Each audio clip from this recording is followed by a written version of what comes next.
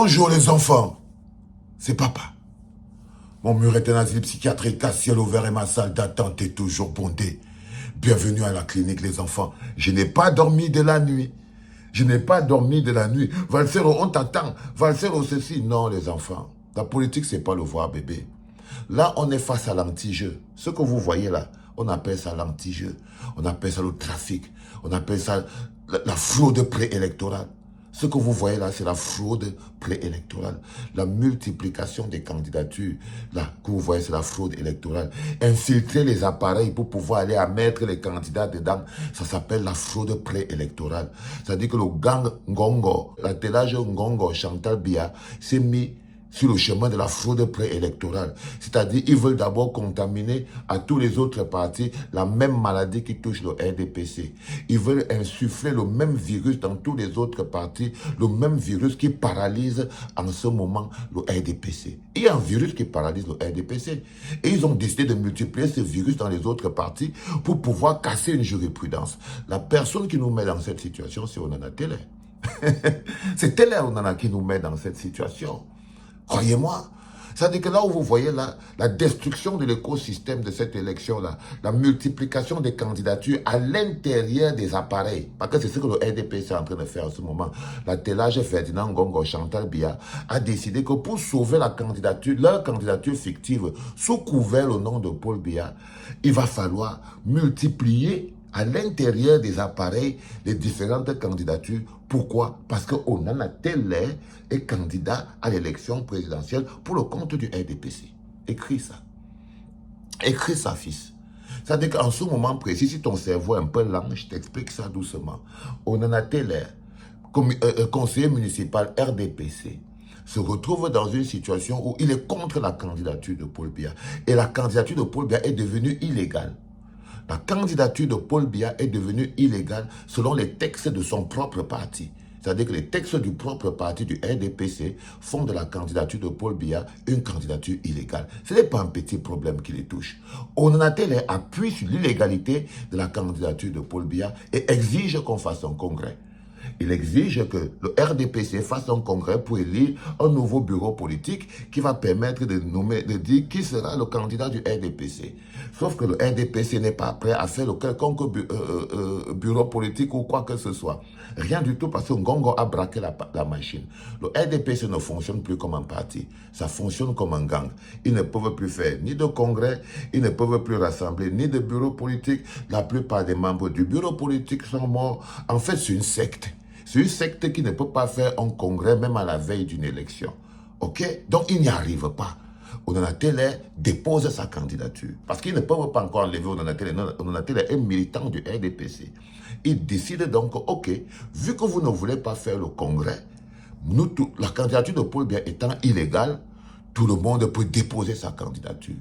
Il se retrouve donc, il met le RDPC dans la jurisprudence UPC de 2018. La personne qui est disqualifiée de manière officielle, même sans la violation des textes et des lois, c'est Paul Biya.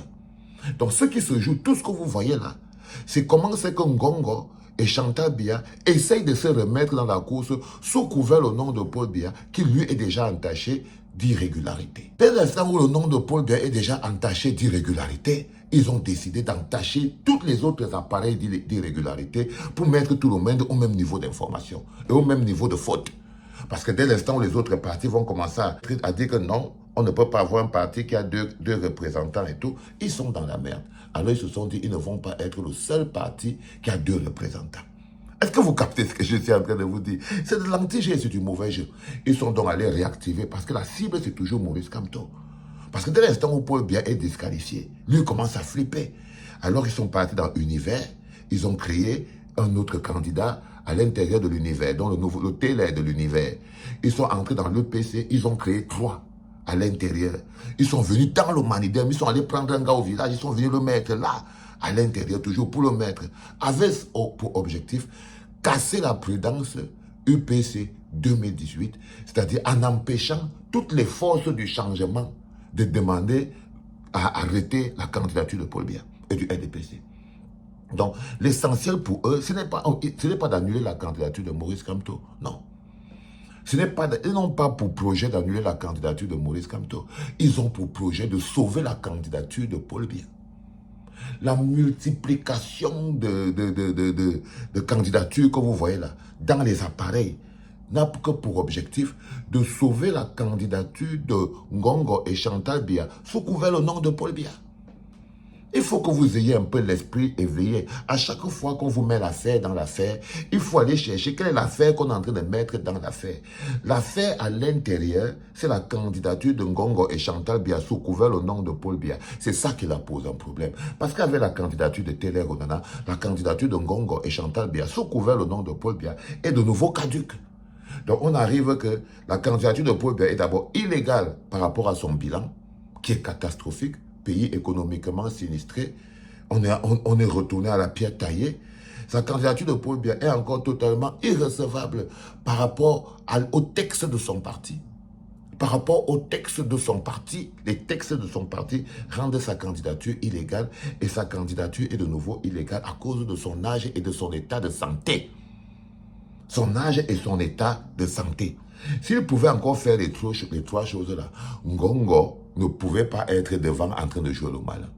Donc la candidature de Paul Biya est encore totalement irrecevable simplement parce qu'il ne peut plus candidater. Simplement parce qu'il ne peut plus candidater.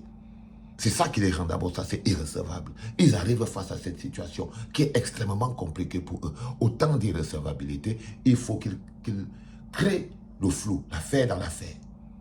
Du coup, ils ont sorti le chèque. Ils ont sorti le chèque. Ils ont posé le chèque sur la table. Pourquoi? Pour pouvoir susciter des candidatures à l'intérieur des autres appareils, pour que tout le monde se retrouve sous le coup de la jurisprudence UPC 2018. Donc, c'est pour casser cette jurisprudence UPC 2018 qu'ils essayent donc de détruire les autres appareils, qui multiplient les candidatures à l'intérieur des autres appareils. Donc, si quelqu'un peut être calme, je peux vous le dire, l'essentiel, c'est de rester plus posé. Rester posé parce que tout ce qu'ils veulent, c'est de pouvoir candidater. Ils veulent pouvoir candidater. Donc, on aura toujours la candidature de Chantal Biya et Ferdinand Ngongo sous couvert pour le Biya face à la candidature du peuple. Maurice Kamto, don't worry about this. Mais vous, calmez-vous. Il n'y aura pas le feu dans la maison. Il n'y a pas le feu dans la maison. Ce match aura bel et bien lieu. Quoi qu'il arrive. Allez les enfants, restez éveillés, équipe positive. Restez positif parce que je vous vois vous paniquer point oui, un point non. Calmez un peu vos esprits. Les gars, calmez un peu vos esprits. Je vous vois vous paniquer, vous flipper. Oh, ils veulent faire ceci, ils veulent faire. Ils ne peuvent rien faire. Parce qu'au final, c'est le peuple qui est plus fort. Parce qu'au final, c'est le peuple qui est toujours plus fort. C'est toujours le peuple qui décide. Et au final, c'est toujours le peuple qui décide. Tout va bien, les enfants. Tout va bien. C'était papa.